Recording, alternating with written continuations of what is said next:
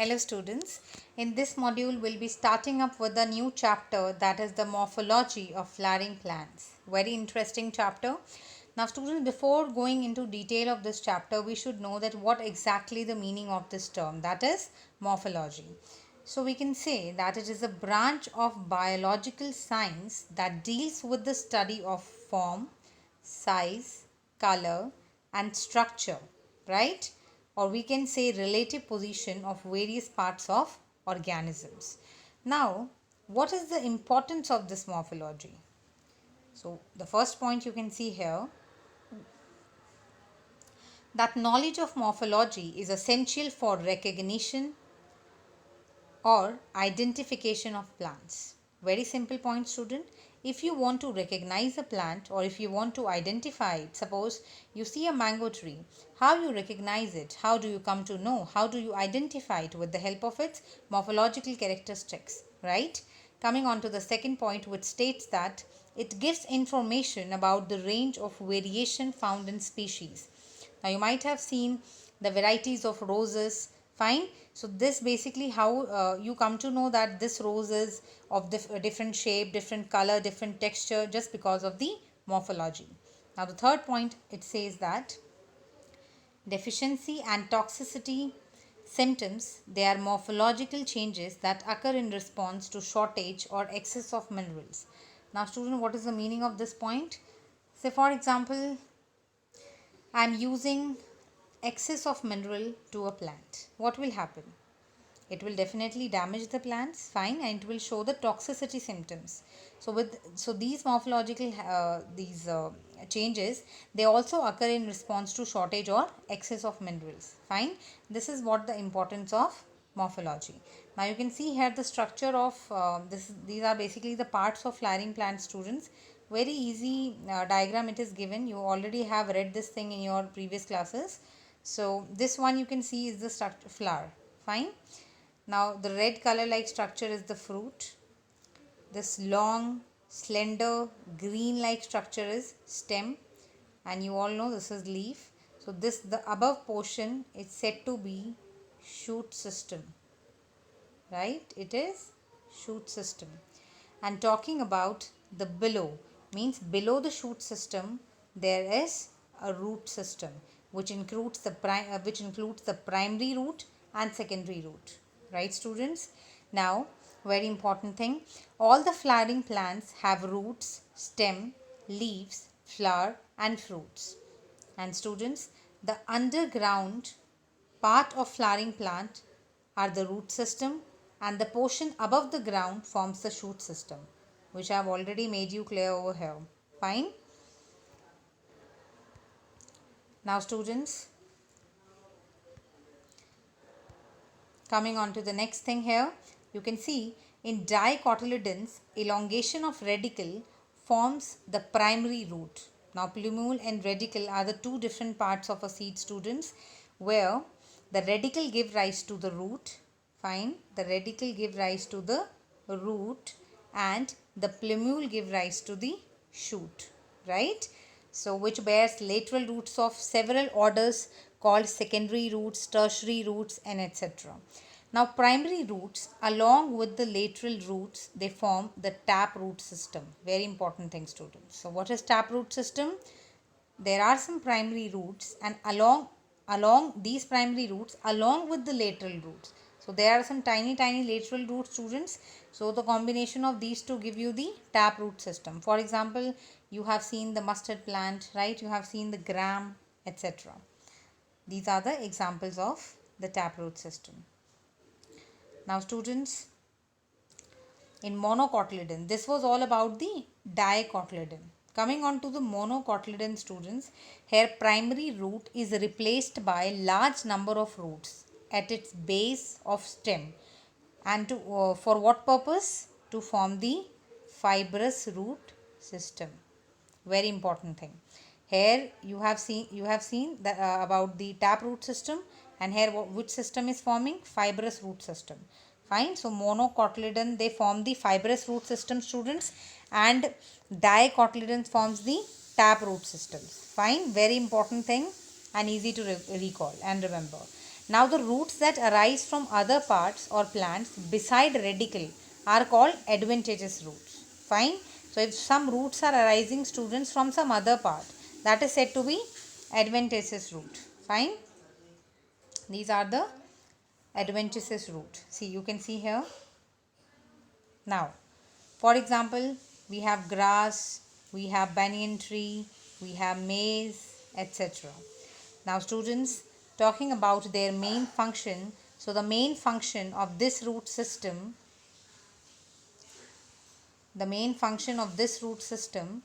is basically our absorption of water and minerals from soil. We all know what is the function of root system, students. Very simple.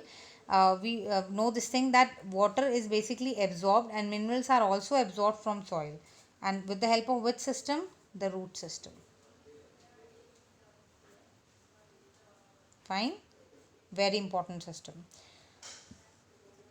providing proper anchorage to the plant parts and storing reserve food materials. Now there are three functions that have been described here. First, we all know absorption of water and minerals from soil, then provided proper anchorage to the plant parts. Fine. They hold and they basically support, because the plant is basically under the ground. Fine. So the soil particles, it holds the plant, and this helps in giving the proper anchorage to the plant parts. I hope this thing is clear, students. And plus it stores reserved food material. Fine. Now coming on to the region of root. So you can see here a very clear picture has been shown here, students. Region of roots. Look here now. You can see the first one, the uppermost one is here, the region of maturation. Fine. Region of maturation. First of all, we'll be studying from here, students, region of meristematic activity. As you might have studied this thing in your 9th standard, that meristematic tissue are the tissue, basically they are dividing tissue. So here something is keeps on dividing. This is what the root cap is. Fine.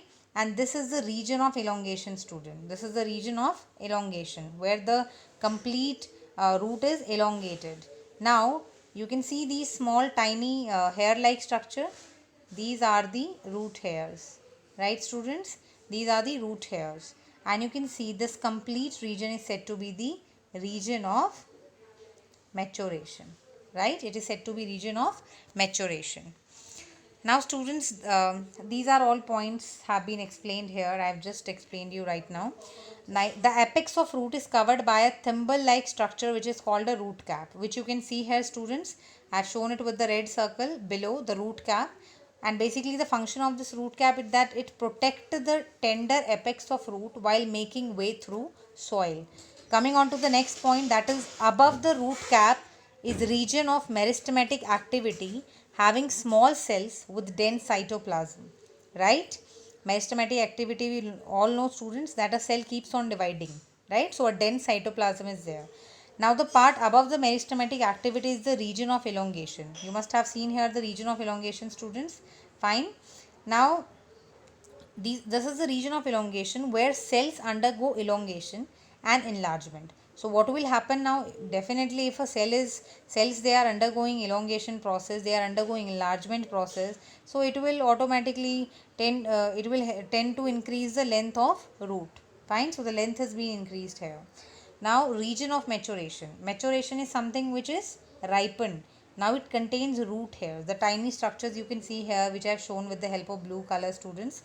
These are the root hairs. Fine. And what is the function of root hairs? That helps in absorption of water and minerals. Now students, coming on to the next part, that is the modification of root. Fine.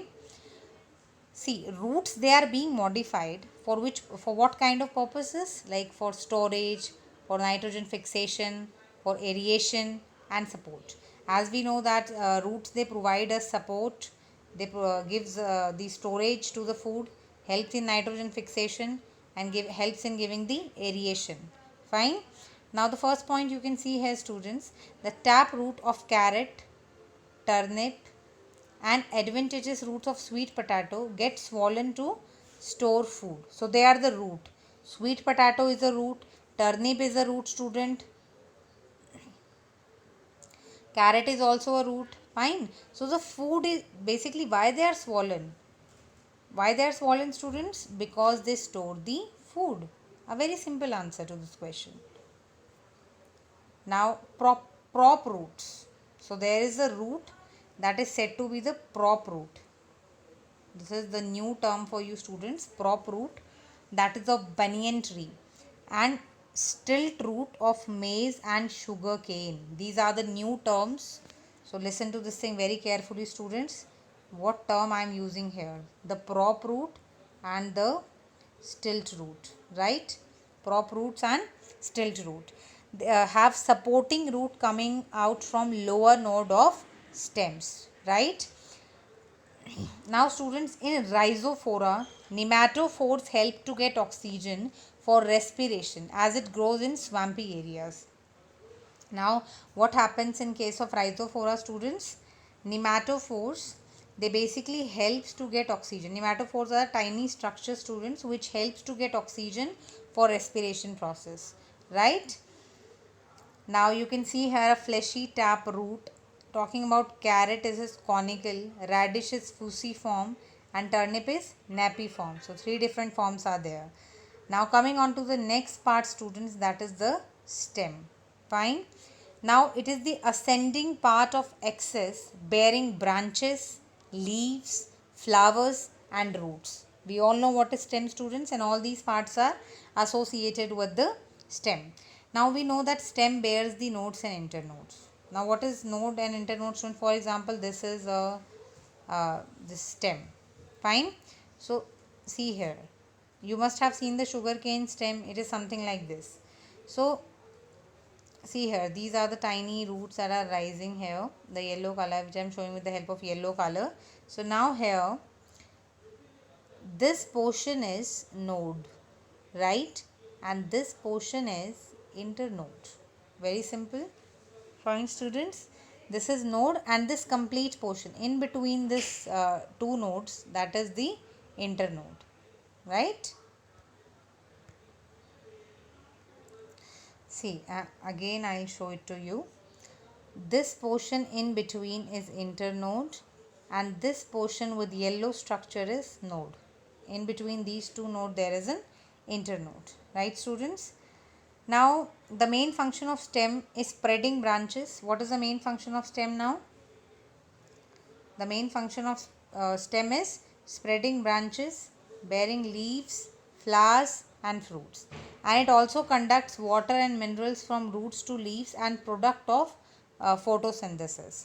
Fine students. Now stem. Some stem perform special functions like storage of food, support, protection and vegetative propagation. I hope this thing is clear students. Now coming on to the next thing, that is